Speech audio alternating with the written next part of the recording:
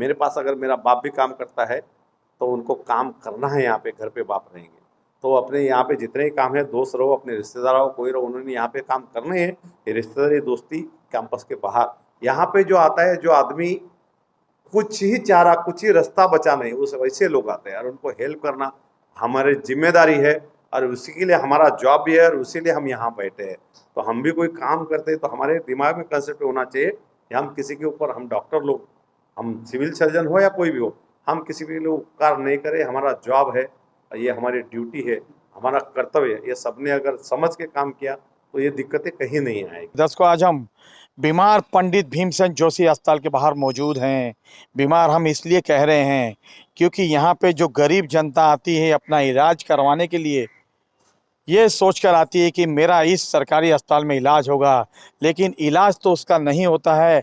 दर दर की ठोकरें उस जनता को जरूर मिलती है। यहाँ के जो डॉक्टर हैं उन्हें रेफ़र कर देते हैं शताब्दी अस्पताल जाइए, जबकि कानूनन ऐसा है कि कोई भी डॉक्टर किसी को भी दूसरे अस्पताल में रेफ़र नहीं कर सकता है।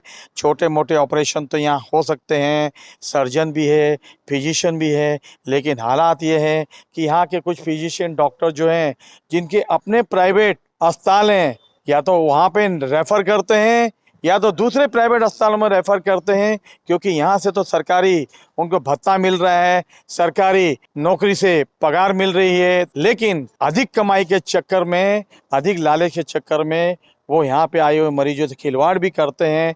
इन सभी मुद्दों को देखते हुए यहाँ की विधायिका गीता जैन ने और थाने के सिविल सर्जन, यहाँ के पुलिस अधिकारी और यहाँ के डॉक्टर तड़वी और सारे अस्पताल के स्टाफ थे, उनको लेकर एक सर्वे किया गया और सर्वे में कई अनियमितताएं पाई गई। हैरानी की बात है कि एक्सपायर डेट की अभी 15 दिन के बाद दवाइयां एक्सपायर होने वाली हैं। लाखों रुपए की दवाइयां ऐसी मिली।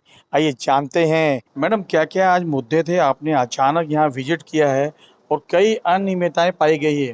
देखिए, सबसे पहले मैं अगर फार्मेसी डिपार्टमेंट का बोलूँ तो जो डेट ख़त्म होने वाली है 2 दिन के बाद, वो भी दवाएँ धड़ल्ले से दी जा रही थी और 7 दिन 8 दिन के लिए। हम ये नहीं बोल सकते सिर्फ 2 दिन की थी तो दे रहे थे, वो 7-8 दिन के लिए दे रहे थे, तो उसको स्टॉप करवाया।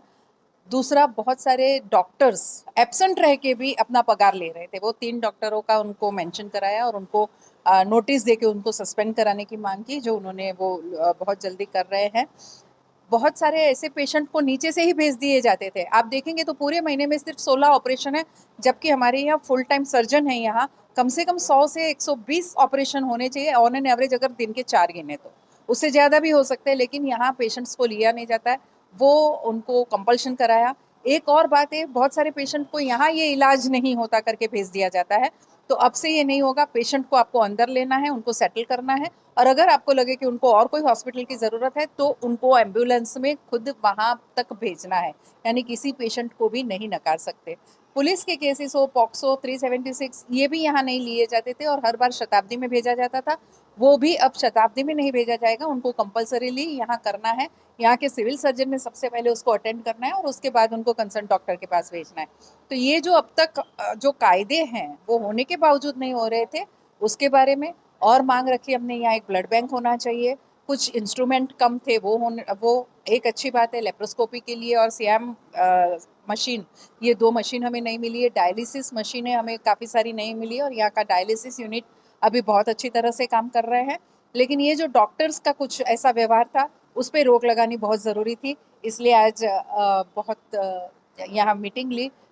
थाने के सिविल सर्जन मिस्टर पवार को बुलाया हमने और सबने बहुत एक पॉजिटिवली मीटिंग करके आगे इसको कैसे सुधारा जाए उसके बारे में बात की। मैडम, अभी हाल ही फिलहाल में यहाँ पे मर्चरी जो बंद थे और डेड बॉडियाँ रखी जाती थी, कई डेड बॉडियाँ तो कई महीनों से यहाँ पड़ी है पुलिस केसेस की, और मनसे ने आपके खिलाफ यहाँ पे मोर्चाबंदी की थी, तो क्या कहेंगे?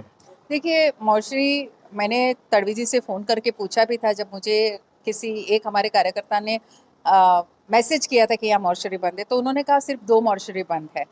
इनका मतलब 2 पूरा कैबिनेट बंद था, इसका मतलब कि 6 मॉर्चरी बंद थी। पर कहीं एक कम्युनिकेशन गैप था और उसके बाद जब पेपर में बहुत न्यूज़ आने लगी, तब मैंने ये मांग रखी कि नई मॉर्चरी तुरंत ही लानी चाहिए और मुझे लगता है कि अगले 15 दिनों में हमारे यहाँ नई मॉर्चरी आ जाएगी और ये जो ये भी निर्णय लिया गया कि सिर्फ 1 महीने के बाद 1 दिन भी ऊपर कहीं भी कोई भी बॉडी को नहीं रखनी चाहिए। नहीं कोई पहचानता है तो तुरंत उसका नोट बना के पहले उस बॉडी का क्रियाकर्म कीजिए और पुलिस में ये जमा करा दीजिए। मैडम, यहाँ पे पुलिस स्टेशन नहीं होने की वजह से डॉक्टरों को स्थानीय पुलिस स्टेशन जाना पड़ता है। देखिए, मैंने हाल ही में सीपी साहब से भी ये निवेदन किया कि यहाँ पुलिस स्टेशन, पुलिस चौकी होना बहुत ज़रूरी है, क्योंकि बहुत सारे मेडिको लीगल केसेस भी होते हैं, एमएलसी भी होते हैं और ऐसे केसेस भी आते हैं, तो उसके लिए हर बार डॉक्टर कंसर्न पुलिस स्टेशन में नहीं जाना चाहिए। यहाँ की पुलिस का ये ड्यूटी होता है कि कंसर्न पुलिस स्टेशन में उसको बताया जाए। तो ये बहुत जल्दी यहाँ भी एक पुलिस चौकी, पवार जी भी उनको निवेदन करने वाले, मैंने तो किया ही है, लेकिन उसका फॉलोअप लेके यहाँ जितनी जल्दी हो सके वो करेंगे। एक और अच्छी बात है, यहाँ नर्सिंग कॉलेज हम चालू करने जा रहे हैं, उसके लिए का प्रपोजल रखा है। कैथलैब यहाँ चालू करने जा रहे हैं, ऊपर के एक फ्लोर बढ़ा के वहाँ अगर कैथलैब हो सकती है तो उसके लिए भी हमने प्रपोजल रखा है। मैडम, जो डॉक्टर यहाँ पे मरीजों को मना कर देते हैं, इलाज नहीं करते हैं, उनके ऊपर किस तरह शिकंजा कसा जाएगा? देखिए, ऐसे अगर किसी भी पेशेंट को अगर किसी डॉक्टर ने नकारा है तो उसे तुरंत सस्पेंड किया जाएगा। आपके माध्यम से सभी लोगों से ये कहना चाहूँगी कि यहाँ अगर आपको कोई डॉक्टर मना करता है तो आप तुरंत मुझे कांटेक्ट कीजिए या आप में से किसी को भी कांटेक्ट करिए, लेकिन ये आपका अधिकार है।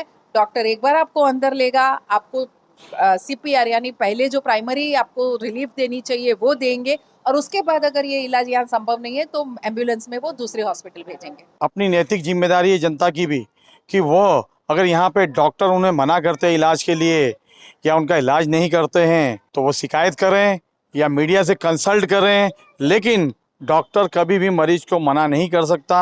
अगर वो किसी अस्पताल में रेफ़र करता है तो यहाँ से एम्बुलेंस द्वारा उसे दूसरे अस्पताल तक छोड़ना पंडित भीमसेन जोशी अस्पताल के डॉक्टरों का, यहाँ के कर्मचारी का, अधिकारियों का कर्तव्य है।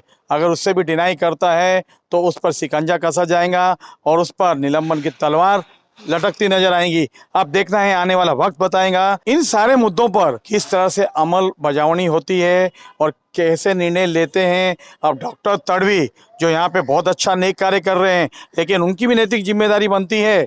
जिस तरीके से सिविल सर्जन पवार जी ने कहा है कि एडमिनिस्ट्रेटर को सख्त होना चाहिए, चाहे हमारे घर का ही मेंबर क्यों ना हो, अगर वो यहाँ पे कार्यरत है तो पहले वो अपनी ड्यूटी को बखूबी निभाए, अपने कर्तव्य को बखूबी निभाए, उसके बाद उससे दोस्ताना व्यवहार करना चाहिए।